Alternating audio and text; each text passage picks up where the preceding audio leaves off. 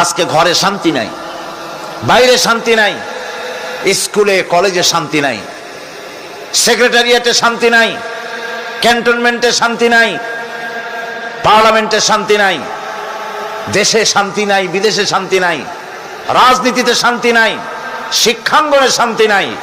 শান্তি যেন কারো নাম ছিল। বেচারা শান্তি মরে গেছে কলেরা অথবা ডায়রিয়া হয়ে, কি বসন্ত হয়ে। বেচারা শান্তি মরেছে, ওর বাবাও মরেছে, ওর মাও মরেছে, ওর গোষ্ঠীতে বাতি দেওয়ার আজ আর কেউ নাই। সেজন্য আজ বিশ্বব্যাপী সমস্ত মানুষ যদি শান্তি শান্তি করে জিকির করে, শান্তি কি প্রতিষ্ঠিত হবে? হবে না। শান্তি প্রতিষ্ঠার লক্ষ্যে পৃথিবীর মানুষের চেষ্টার কোনো ত্রুটি ছিল না। সব রকমের প্রচেষ্টা করেছে পৃথিবীর বড় বড় দার্শনিক, বড় বড় চিন্তাবিদ, বুদ্ধিজীবী। তারা চেষ্টা করেছে পৃথিবীর মানুষকে শান্তি দেওয়ার জন্যে। এই শান্তির জন্য পুঁজিবাদীর খপ্পর থেকে, পুঁজিবাদের শোষণ থেকে, পুঁজিবাদের নিগ্রহ থেকে বাঁচার জন্য তৈরি হয়েছিল সমাজতন্ত্র। সেটি ছিল আরো মারাত্মক। এই সমাজতন্ত্র থেকে বাঁচার জন্য মানুষ পাগল হয়ে গেল। শেষ পর্যন্ত যুদ্ধ করে সমাজতন্ত্রের বিরুদ্ধে জিতে তারা মনে করলো অন্য কিছু একটা করলে শান্তি পাই নাকি। পুঁজিবাদ শান্তি দিতে পারল না, সমাজতন্ত্র শান্তি দিতে পারল না, জাতীয়তাবাদ শান্তি দিতে পারল না, ধর্মনিরপেক্ষ মতবাদও শান্তি দিতে পারে নাই। পেরেছে নাকি? পারে নাই। আমাদের বাড়ির কাছে আমাদের প্রতিবেশী দেশ ভারত, ওখানে সেকুলারিজম, ধর্মনিরপেক্ষ মতবাদ একটি প্রতিষ্ঠিত শাসনতান্ত্রিক সাংবিধানিক স্বীকৃত একটি মতবাদ।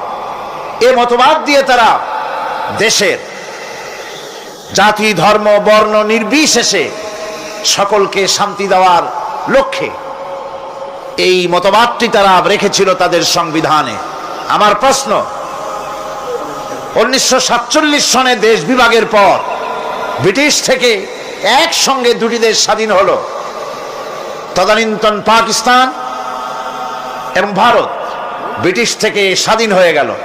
সেদিন থেকে নিয়ে এই পর্যন্ত ভারতে ধর্মনিরপেক্ষ মতবাদ দিয়ে কি শান্তি প্রতিষ্ঠিত হয়েছে?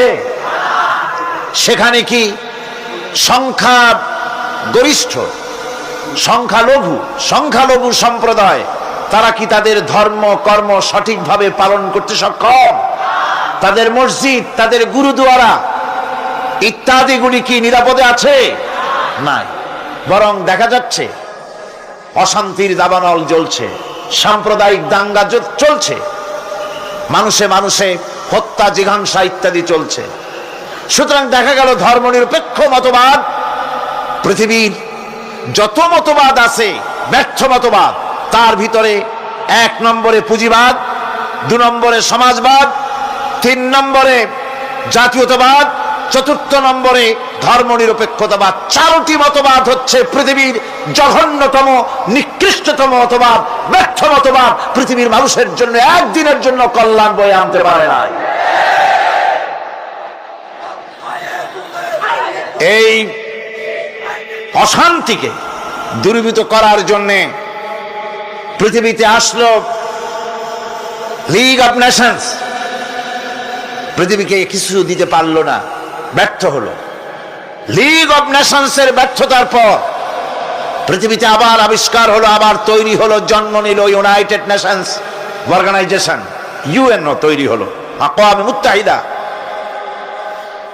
ইউনাইটেড নেশনস অর্গানাইজেশন পৃথিবীর দুঃখী, গরিব, ছোট্ট ছোট্ট দেশগুলির জন্য বিরাট আজরাইলের রূপ। পৃথিবীর মানুষকে কোনো কল্যাণ দিতে পারেনি। পৃথিবীর মানুষের কাছে অস্ত্র বিক্রি করা, মানুষে মানুষে হানাহানি বাড়িয়েছে। মানুষের কল্যাণের জন্য, দুঃখী মানুষের জন্য, গরিব মানুষের জন্য, নির্যাতিত মানুষের জন্য, তাদের সপক্ষে কথা বলার জন্য জাতিসংঘ পৃথিবীর ভিতরে ব্যর্থ, চরমভাবে ব্যর্থ, কিছুই করতে পারেনি। লিগ অফ নেশনস হলো, ইউনাইটেড নেশনস হলো, সেন্টো হলো, সিয়াটো হলো, ন্যাটো হলো, আসিয়ান হলো, শান্তি প্রতিষ্ঠার লক্ষ্যে আন্তর্জাতিক এবং দেশীয় বিভিন্ন রকমের সংগঠন হলো, শেষ পর্যন্ত উপমহাদেশে সার্ক তৈরি হলো। সেই সার্ক তৈরি হলো মানুষের শান্তির জন্য, এই এলাকার এই ভূখণ্ডে যাতে মানুষ শান্তিতে থাকতে পারে।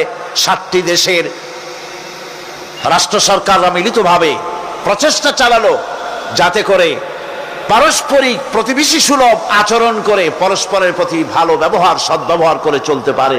কিন্তু শেষ পর্যন্ত দেখা গেল সার্ক হয়ে গেল পুরা এলাকার মানুষের জন্য সার্ক।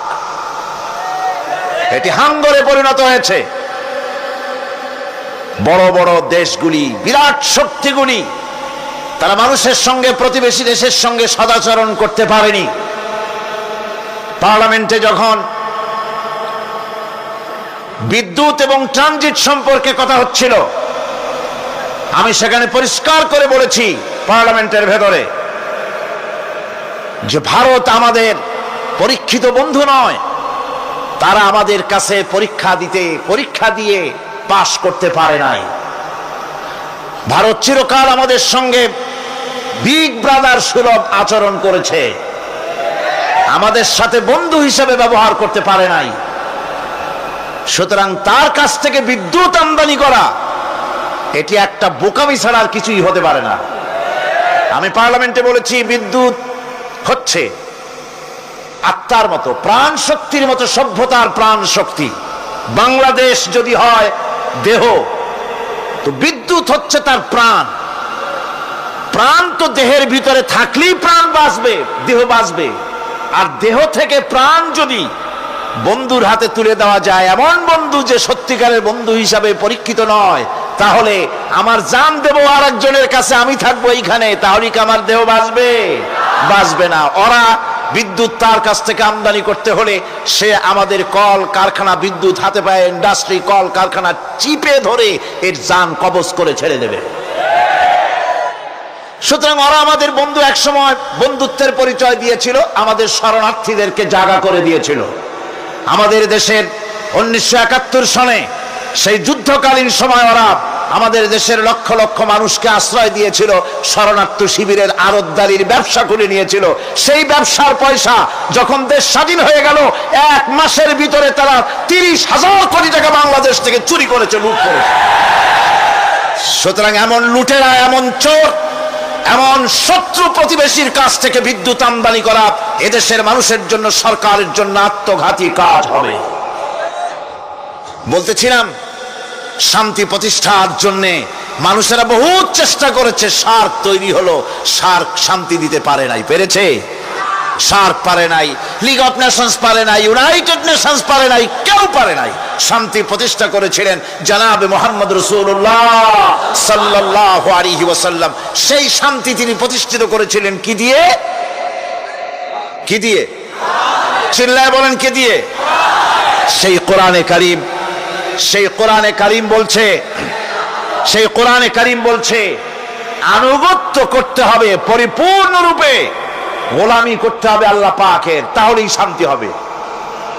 পৃথিবীর কেউ আমাদের দিকে রক্ত চক্ষু নিয়ে তাকাতে পারবে না।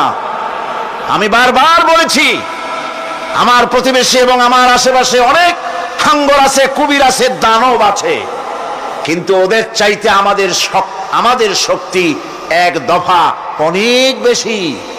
সেই শক্তি অস্ত্রের নয়, সেই শক্তি হচ্ছে ইমানের, ইমানের শক্তি। আর ওই ইমানের শক্তি আসে কেবলমাত্র আল্লাহর গোলামি করলে, আল্লাহর দাসত্ব করলে, যে কথা গতকাল সূরা ফাতিহা থেকে আমরা আলোচনা করেছি।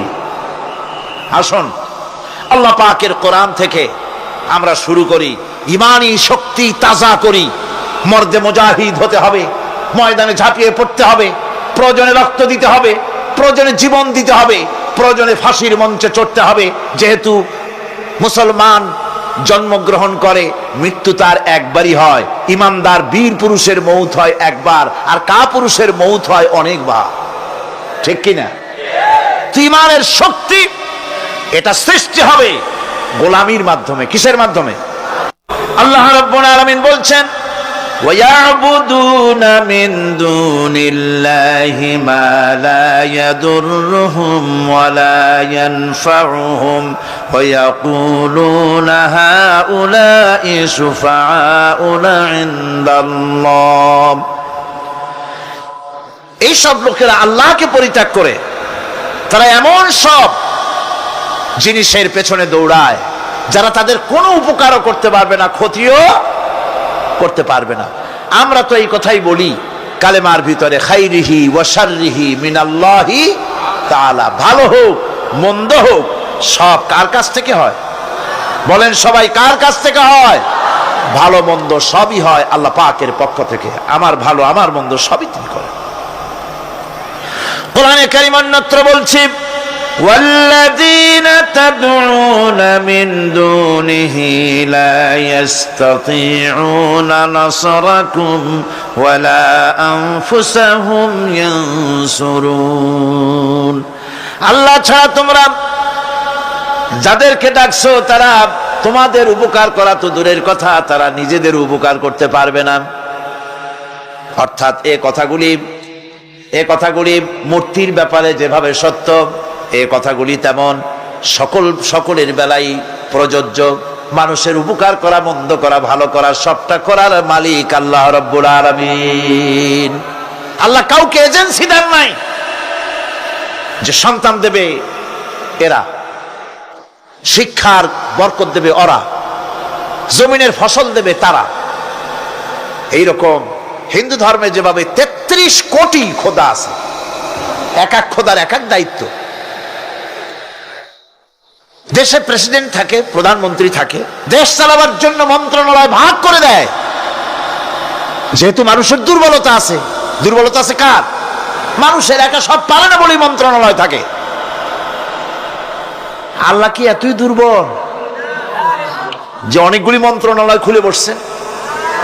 অমুক পীর সাহেব ছেলে দেবে, অমুক খাজা বাবা মাইয়ে দেবে, অমুক মূর্তিগুলো তাই দেবে, অমুকে অমুক দিবে। নাউযুবিল্লাহি মিন যালিক। অবাক হবেন মানুষের আকীদা কত খারাপ। বহুত পীর এমন আছে মুরিদেরা তাদের মেয়েদেরকে তাদের কাছে খেদমতের জন্য পাঠিয়ে দেয়। যুবতী মেয়েরা পা চেপে পীরের খেদমত করে, বউ দিয়া খেদমত করে। মেয়েগুলি বয়সপ্রাপ্ত মেয়েদের গায়ে হাত দিয়া পীরের দোয়া করে, ফু দেয়। এগুলি পীর নয়, এগুলি শয়তান।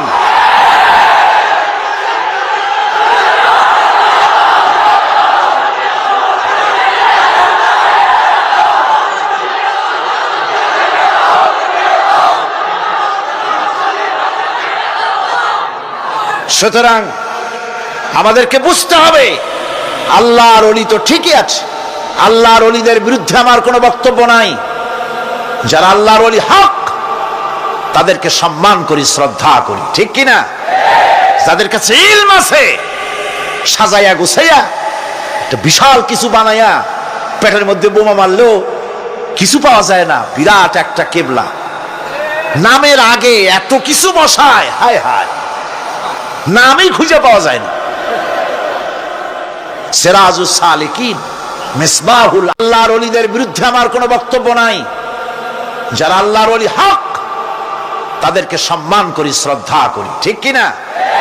যাদের কাছে ইলম আছে, সাজাইয়া গুছাইয়া একটা বিশাল কিছু বানাইয়া পেটের মধ্যে বোমা মারলেও কিছু পাওয়া যায় না, বিরাট একটা কেবলা। নামের আগে এত কিছু বসায়, হায় হায়, নামই খুঁজে পাওয়া যায় না। সিরাজুস সালিকিন, মিসবাহুল আরিফিন, রাহনুমায়ে বেদাত, আশিকে পামদান, সিয়াহে দামদান। মানে নামের শেষে শুধু আলাইহিস সালাম লিখতে বাকি থাকে, আর সব লেখে। পীরকে মর্যাদা দিয়ে আল্লাহর আসন পর্যন্ত নিয়ে যায়, নাউযুবিল্লাহ। আপনারা বিশ্বাস করুন, মনের মধ্যে ঈমান রাখবেন, কোন পীরের বাপের ক্ষমতা নাই বদদুয়া দিয়ে আপনাকে ধ্বংস করে দিতে পারে। কোন পীরের বাপের ক্ষমতা নাই দোয়া করে 10 তলা বিল্ডিং এর মালিক বানাই দিতে পারে, যদি আল্লাহ রাজি থাকেন। যদি আল্লাহ রাজি না থাকেন, আল্লাহ পাক যদি রাজি থাকেন, তাহলে কারো দোয়ায় ভাগ্য ভালো হতেও পারে। কথা বুঝে আসছে? সুতরাং ভয় করতে হবে কাকে? আল্লাহ পাককে। কাকে ভয় করতে হবে? আল্লাহ পাককে ভয় করতে হবে। সৌভাগ্য দুর্ভাগ্য সবটার মালিক আল্লাহ। হক্কানি ওলি যারা, সত্যিকারের পীর যারা, তারা এইভাবে করে শান শওকাত ইত্যাদি হাই ফাই করে অস্থির করে ভালাইয়া রাজা বাদশাদের মতো চলাফেরা তারা করেন না। কথা ঠিক কিনা? তাদের ইলম কালাম থাকে, মানুষকে হকের দাওয়াত দেন, হক কথা বলেন। হক কথা বলে যদি জেলে যেতে হয় তাও যেতে রাজি আছে তারা। এরকম হয়েছে না? নমুনা আছে না? সুতরাং মনে রাখতে হবে, ভালো মন্দ করার সবটা মালিক হচ্ছে আল্লাহ। এটা যদি বিশ্বাস না করি তাহলে ইয়াকা নাবুদু বলার কোনো মানে নাই। ইয়াকা নাবুদু, কেবলমাত্র তোমারই গোলামি করি, আর কারো গোলামি করি। সোজা কথা, সাফ কথা। আমরা সবাই গোলাম। আমরা সবাই কি? আমরা যে গোলাম তাকে বলতে লজ্জা করে? কার গোলাম? চিল্লায় বলতে হবে সকল মুসলমানকে, কার গোলাম? আল্লাহ পাকের গোলাম আমরা। আর এই গোলাম, আল্লাহর দাসত্ব মানুষের শ্রেষ্ঠতম মর্যাদা। সুবহানাল্লাহ। আল্লাহর দাসত্ব মানুষের জন্য কি? শ্রেষ্ঠতম মর্যাদা। যেহেতু আল্লাহর দাসত্ব করাই হলো সৃষ্টির মূল উদ্দেশ্য, তাই একজন মানুষকে সত্যিকার মর্যাদার উচ্চ শিখরে পৌঁছার অর্থই হলো তিনি কাজ কর্ম দিয়ে প্রমাণ করবেন তিনি আল্লাহ পাকের খাঁটি বান্দা, আল্লাহ পাকের খাঁটি গোলাম। তাই কোরআনে কারিমে আমরা দেখতে পাই যে আল্লাহ পাক যেখানে খুব স্নেহ করে আদর করে যখন বান্দাদের সম্পর্কে কিছু বলতে চেয়েছেন তখন তিনি আব্দুন শব্দ ব্যবহার করেছেন। আদর করে, স্নেহ করে, দয়া করে যদি কারো ব্যাপারে কিছু বলতে চেয়েছেন তখন আল্লাহ তাকে কি বলেছেন? আব্দ। আব্দ মানে হলো বান্দা। যেমন বেহেশতীদের সম্পর্কে আল্লাহ পাক বলেছেন, আইনা ইয়াশরাবু বিহা ইবাদুল্লাহি ইউফাজ্জিরুনাহা তাফজীরা। জান্নাতের মধ্যে একটি প্রবাহমান ঝর্ণা আছে, আল্লাহর বান্দারা সেখান থেকে পান করতে পারবে। সেই ঝর্ণা থেকে তৃষ্ণা নিবারণ করবে এবং নিজেদের ইচ্ছে মতো তারা এই ঝর্ণার শাখা প্রশাখা নিজেদের এরিয়া পর্যন্ত নিয়ে যেতে পারবে। এমন একটা ঝর্ণা থাকবে যেখানে আল্লাহর বান্দারা, আল্লাহ পাক বলছেন আইনাই ইয়াশরাবু বিহা ইবাদুল্লাহ, আল্লাহর বান্দারা, আল্লাহর গোলামেরা সেখানে তাদের তৃষ্ণা মিটাবে এমন ঝর্ণা আছে। ওই ঝর্ণার কাছে যাওয়ার দরকার নাই, তাদের ইঙ্গিতে ইচ্ছা অনুযায়ী তাদের ঘরের দরজা পর্যন্ত যেখানে খুশি সেখানের শাখা প্রশাখা প্রবাহিত করে নিতে তারা সক্ষম। শাখা প্রশাখা নিজেদের এরিয়া পর্যন্ত নিয়ে যেতে পারবে। এমন একটা ঝর্ণা থাকবে যেখানে আল্লাহর বান্দারা, আল্লাহ পাক বলছেন আইনাই ইয়াশরাবু বিহা ইবাদুল্লাহ, আল্লাহর বান্দারা, আল্লাহর গোলামেরা সেখানে তাদের তৃষ্ণা মিটাবে এমন ঝর্ণা আছে। ওই ঝর্ণার কাছে যাওয়ার দরকার নাই, তাদের ইঙ্গিতে ইচ্ছা অনুযায়ী তাদের ঘরের দরজা পর্যন্ত যেখানে খুশি সেখানের শাখা প্রশাখা প্রবাহিত করে নিতে তারা সক্ষম হবে। মুমিন বান্দার গুণাবলী বলতে গিয়ে, মুমিন বান্দার গুণাবলী বর্ণনা করতে গিয়ে আল্লাহ রাব্বুল আলামিন বলেছেন ওয়া ইবাদুর রাহমানিল্লাযীনা ইয়ামশুনা আলাল আরদি হাওনা। রহমানের বান্দা হলো তারা যারা জমিনের উপরে চলাফেরা করার সময় বিনয়ের সাথে চলাফেরা করে, তারা হচ্ছে রহমানের বান্দা। কার বান্দা? রহমানের বান্দা। আদর করে আল্লাহ বলছেন বান্দা, গোলাম। শয়তান নিজে অভিশপ্ত হওয়ার পর এর প্রতিশোধ নেওয়ার জন্যে আল্লাহ পাকের দরবারে বলেছিল, আয় আল্লাহ, তোমার যেই বান্দাগুলির কারণে, তোমার যেই বান্দার কারণে আমার ইবাদতগুলি নষ্ট হয়ে গেল, আমি অভিশপ্ত হয়ে গেলাম, ওই বান্দাগুলিকে লোভ দেখিয়ে আমি যেমনে পারি সবগুলিকে আমি গোমরাহ করে দেব, পথভ্রষ্ট করে দেব।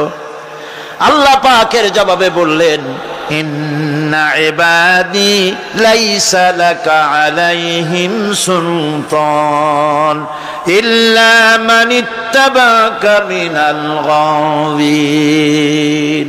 আমার বান্দাদের উপরে তোমার কোনো কর্তৃত্ব নাই।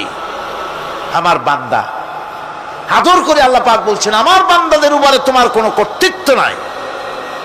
তবে হ্যাঁ, যারা তোমার কথা মান্য করবে তারা অবশ্যই গোমরাহ হয়ে যাবে, পথভ্রষ্ট হয়ে যাবে। কিন্তু আমার সত্যিকারের বান্দা যারা, তাদের উপরে তুমি গোমরাহি, তাদেরকে তুমি পথভ্রষ্ট করতে পারবে না। তাদের উপরে তোমার কোনো কর্তৃত্ব নাই। ভাইরা আমার, হযরত ঈসা আলাইহিস সালামের ব্যাপারে, হযরত ঈসা আলাইহিস সালামকে খ্রিস্টানেরা তারা বলেছে ওয়াকালাতিন নাসারাল মাসীহু ইবনুল্লাহ। মসিহ হচ্ছে কার ছেলে? নাউযুবিল্লাহ। বলেন সবাই নাউযুবিল্লাহ। তাকে যখন আল্লাহর ছেলে বলা হলো, আল্লাহর পুত্র বলা হলো, রব্বুল আলামিন তার জবাবে বললেন ইন হুয়া ইল্লা আবদুন আনআমনা আলাইহি। তিনি তো একজন বান্দা, তিনি আমার বান্দা ছাড়া আর কিছুই নন। আমি তার প্রতি অনুগ্রহ করেছি। বান্দা, আমার বান্দা। আল্লাহ পাকের বান্দা হওয়ার ব্যাপারে কোন মানুষের লজ্জা থাকার কথা নয়। এমনকি আল্লাহ পাক ঈসা আলাইহিস সালাম সম্পর্কে বলছেন লা ইয়াস্তানকিফাল মাসীহু আইয়াকুনা আবদান লিল্লাহি ওয়ালাল মালাইকাতুল মুকাররাবুন। মসিহ আল্লাহর বান্দা, তাতে কখনো বিন্দু মাত্র লজ্জা তিনি পোষণ করেন নাই যে আমি আল্লাহর বান্দা, আল্লাহর গোলাম। এটা একটা কথা হইল? এরকম লজ্জা তিনি পোষণ করেনি। এমনকি তার নিকটবর্তী ফেরেশতা যারা, তারাও আল্লাহর বান্দা, গোলাম হওয়ার জন্য তাদের ভিতরে কোনো লজ্জা নাই। যারা নাকি আল্লাহর গোলাম, এই ব্যাপারে যাদের মধ্যে লজ্জার সৃষ্টি হয়, আল্লাহর গোলাম এটা কেমন কথা, বান্দা হওয়াটা কেমন কথা। যারা গোলামীকে অস্বীকার করে তাদের সম্পর্কে আল্লাহ পাক বলছেন ওয়া মাইয়াস্তানকিফ আন ইবাদাতিহি ওয়া ইস্তাকবির ফাসায়াহশুরুহুম ইলাইহি জামিআ। কেউ যদি আল্লাহর বন্দেগী করার ব্যাপারে লজ্জা পোষণ করে, যদি লজ্জার কারণ মনে করে, অহংকার করে, গৌরব করে, তাহলে তারা পালাবে কোথায়, যাবে কোথায়? আমি কিয়ামতের দিন সবগুলিকে এক জায়গায় করে ফেলবো। সুতরাং আল্লাহ পাকের গোলামিতে আল্লাহ যে বান্দা বলে যখন ডাকেন, লজ্জার কোনো কারণ নাই। অহংকার যে করবে সে নিজেকে ধ্বংস করবে। আল্লাহ পাক